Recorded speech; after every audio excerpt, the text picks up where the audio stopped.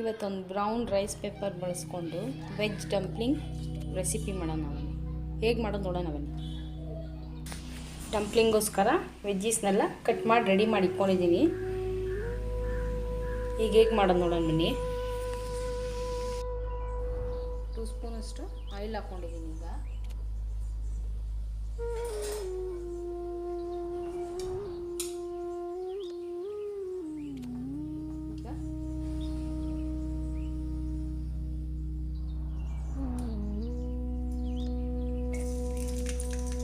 ಬೆಳ್ಳುಳ್ಳಿ ಹಾಕ್ಕೊಂಡಿದ್ದೀನಿ. ಸ್ವಲ್ಪ ಫ್ರೈ ಆಗಬೇಕು.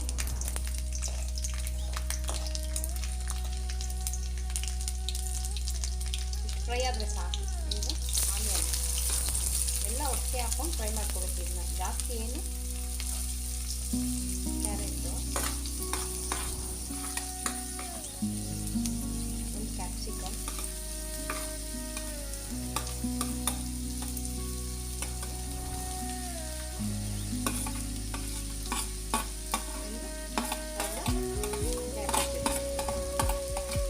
ಈಗ ನೀಟಾಗಿ ಫ್ರೈ ಮಾಡ್ಕೊಬೇಕು.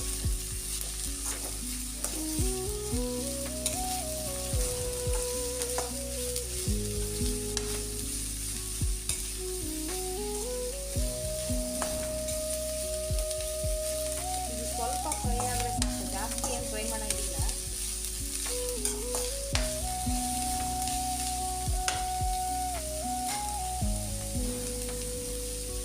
ಈಗ ಸ್ವಲ್ಪ ಸಾಲ್ಟ್ ಹಾಕೋಣ.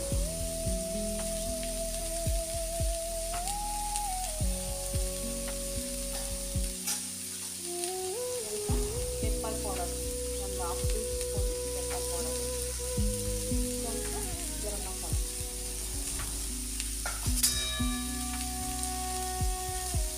ಸ್ವಲ್ಪ ಹಾಕಿ,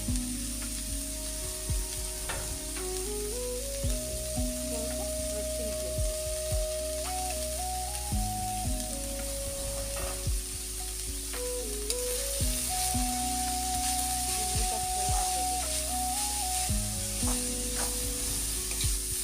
ಇದು ಫ್ರೈ ಆಗಿಕೊಂಡು ಹಸಿ ಸ್ಮೆಲ್ ಹೋದರೆ ಸಾಕಿದೆ ಅಷ್ಟೇ. ನಂತರ ಜಾಸ್ತಿ ಸಾಫ್ಟ್ ಮಾಡ್ಕೋಬಾರ್ದು.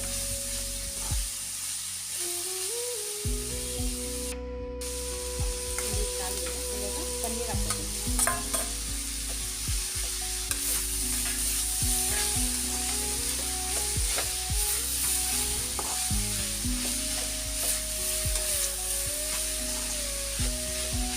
ಅದು ಫ್ರೆಶ್ ಮಾಡಿ ಹಾಕಬೇಕು. ನಾನು ಸಿಂಪಲಾಗಿ ಮನೇಲಿ ಮಾಡಿರೋದು ಪನ್ನೀರದು.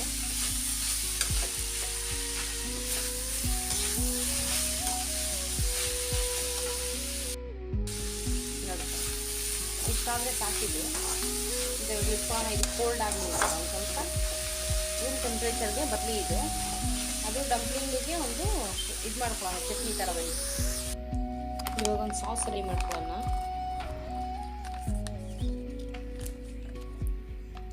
ಸೋಯಾ ಸಾಸು ಸ್ವಲ್ಪ,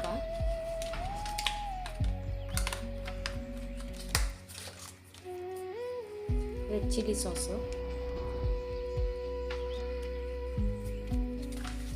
ಹಾಗೆ ಸ್ವಲ್ಪ ಟೊಮೆಟೊ ಕೆಚಪ್.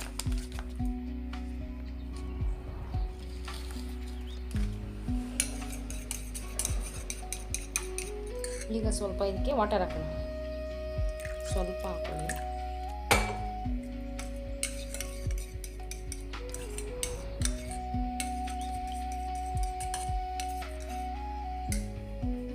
ಇದಕ್ಕೆ ಸ್ವಲ್ಪ ಕೊರಿಯಾಂಡರ್ ಲೀವ್ಸ್.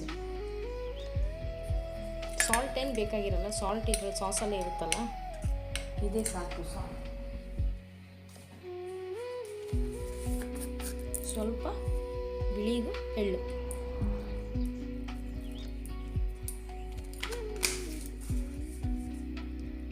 ಇದು ರೆಡಿಯಾಗಿದೆ. ಇಷ್ಟೇ, ಇದು ರೆಡಿ ಆಯಿತು. ಈಗ ನೋಡಿ, ಈ ಥರ ಇರುತ್ತೆ ರೈಸ್ ಪೇಪರು. ಇದು ಗ್ರಾಸರಿ ಶಾಪಲ್ಲಿ ಮತ್ತು ಆನ್ಲೈನಲ್ಲಿ ಈಸಿಯಾಗಿ ಸಿಗುತ್ತಿದ್ದು. ನೋಡಿ, ಈ ಥರ ನೀರು ಇಕ್ಕೊಂಡು ಇದರಲ್ಲಿ ಡಿಪ್ ಮಾಡಿ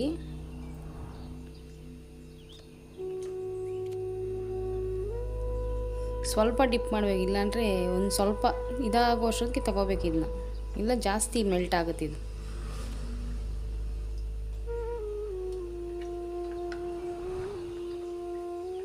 ತೋರಿಸ್ತೀನಿ ನೋಡಿ.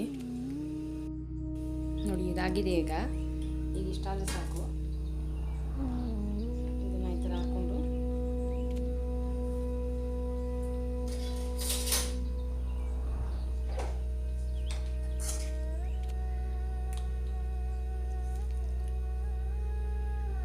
ಡಂಪ್ಲಿಂಗ್ ಸ್ಟಫ್ ಮಾಡಿ ಪಾಕೆಟ್ ರೀತಿ ಇದನ್ನ ಪಾಕೆಟ್ ಮಾಡಬೇಕು. ಜಾಸ್ತಿ ಹೊರಟ್ಬಿಟ್ರೆ ಇದಾಗ್ಬಿಡುತ್ತೆ.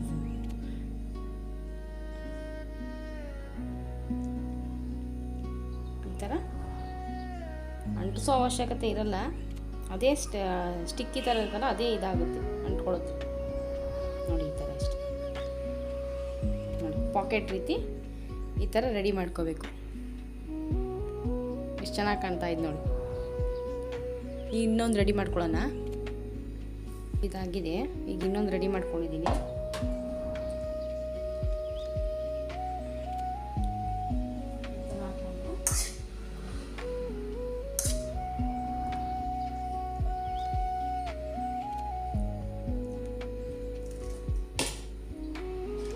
ಜಾಸ್ತಿ ಹೊತ್ಬಿಟ್ರೆ ಇದಾಗ್ಬಿಡುತ್ತೆ.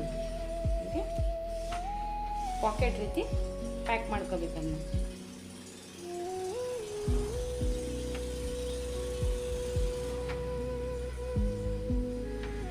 ಏನು ಆ ಕಣ್ಸೋ ಅವಶ್ಯಕತೆನೇ ಇರಲ್ಲ, ಅದೇ ಸ್ಟಫ್ ಇದು ಅಂಟ್ಕೊಳುತ್ತೆ. ಈಸಿಯಾಗಿ ಆಗುತ್ತೆ. ಎಷ್ಟು ಚೆನ್ನಾಗಿದೆ.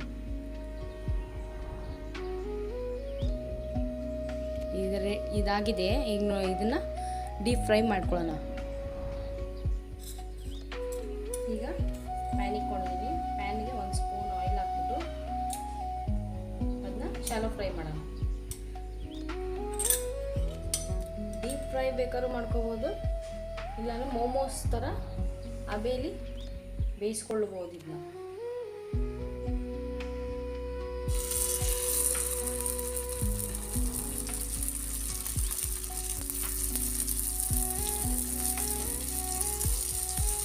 ಈಗ ಅಂಟ್ಕೊಳ್ಳೋ ಕಾರಣ ಒಂದು ಸ್ವಲ್ಪ ದೂರ ಮಾಡಬೇಕು. ದೂರ ಇಟ್ಟಿನ ಅಂದರೆ ಎರಡು ಅಂಟ್ಕೊಳ್ತೀವಿ.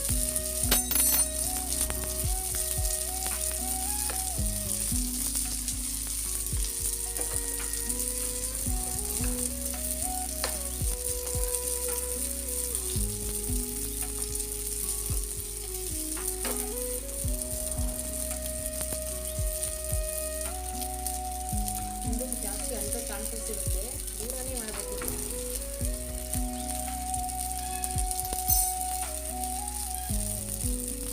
ಅದು ರೈಸ್ ಪೇಪರ್ ಅಲ್ವಾ, ಜಲ್ದಿನೇ ಕುಕ್ ಆಗೋದು.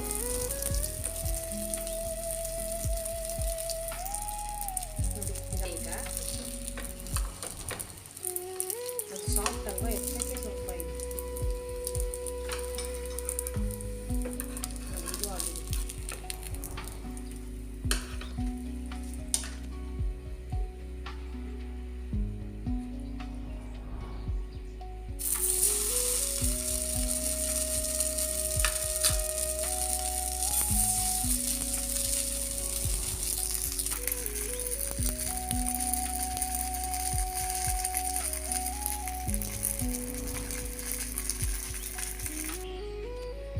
ನೋಡಿ ರೆಡಿಯಾಗಿ.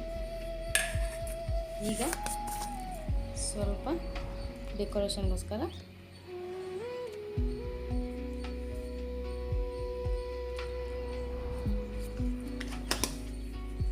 ಸ್ವಲ್ಪ ಕೊರಿಯಾಂಡರ್ ಲೀವ್ಸ್.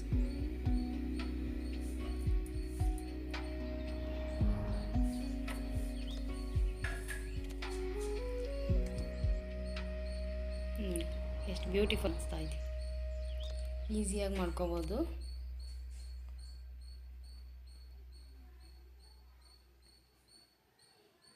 Thank you.